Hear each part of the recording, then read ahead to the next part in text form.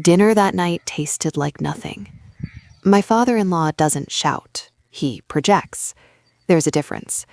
His voice carries the confidence of someone who has never been interrupted in his own house. We were halfway through the meal when he leaned back in his chair and said it almost cheerfully. "Don't forget who funded your start." He didn't look at me when he said it. He looked at my son. A 10-year-old doesn't fully understand equity structures or seed capital, understands tone. He understands when one adult lowers another. I didn't argue. I didn't defend myself, remind anyone that the funding had been structured as an investment, not a donation. I just chewed, swallowed, wiped my son's mouth with a napkin, and asked if anyone wanted more rice. My husband stared at his plate. Peace to him has always meant silence. That night, after my son was asleep, I opened my laptop. The numbers were not emotional. Care about pride. They told a simple story.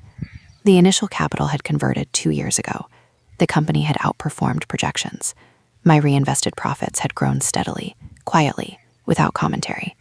The clause had always been there. Buyout rights triggered after specific revenue milestones we had crossed 6 months ago. No one mentioned it. They assumed I wouldn't act. Over the next 3 days, I made phone calls during school drop-offs and between supplier meetings. I spoke with our accountant, then a corporate lawyer. Calm conversations, no urgency in my voice. I wasn't angry. Anger would have meant he still controlled the temperature of my decisions. Wednesday afternoon, the paperwork was drafted. The valuation was fair, generous even. Principal returned, interest included. Exit. I scheduled a board meeting for Friday. My father-in-law arrived confident as usual, sat at the head of the table in the glass conference room, the same way he had since the early days, when his money was the oxygen that kept us breathing. My husband sat beside him, assuming this was routine. The lawyer sat across from them. I presented the documents without flourish. "The company has exercised its buyout clause," I said. "Your investment is being repaid in full, with accrued interest. Upon signature, all shares revert." My father-in-law frowned, not because he didn't understand, but because he did. He flipped through the pages once, then again. "This wasn't necessary," he said finally. "It was," I replied. Not sharp, not emotional, just factual. He glanced at my husband, expecting intervention. My husband looked at me differently than he had at dinner, less certain of his assumptions. "You're making a statement," my father-in-law said. "No," I answered. "I'm closing an account." The lawyer cleared his throat and pointed to the signature lines. Authority has a sound. It's the soft slide of paper across polished wood. It's the click of a pen being pressed down. It's the moment a third party, neutral and licensed, confirms that something is legally complete. He signed. So did I. By the time we stood up, the company was entirely mine. There was no applause, no raised voices, no dramatic walkout, just a transfer receipt already scheduled to clear by end of day. That evening, we had dinner again, not at his house, at ours. No one mentioned funding. No one mentioned the meeting.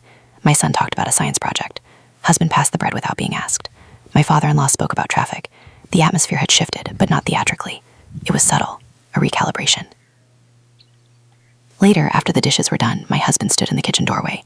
"You didn't tell me you were planning that," he said. "You didn't ask," I replied. It wasn't cruelty. It was observation. He leaned against the frame, processing. "You could have just corrected him at dinner." "Yes," I said. "That would have made it an argument. This made it a fact." He nodded slowly. For the first time in years, he looked unsure of his footing, not threatened, just aware that the ground was no longer tilted in his father's favor. There is a difference between removal and removal. I didn't humiliate him. I didn't expose him, raise my voice in front of my child. I simply removed the leverage. Something in the house feels quieter now. Not warmer, colder, just balanced. My father-in-law still visits. He still offers advice. But there's a pause before he speaks. He's remembering that ownership is no longer implied. My son will probably never remember the sentence spoken over dinner. He will grow up in a home where his mother signs her own documents. And that feels sufficient. No celebration followed, no victory dinner. Just work on Monday. Invoices to review. Employees to pay. Independence, I've learned, is really loud, is administrative.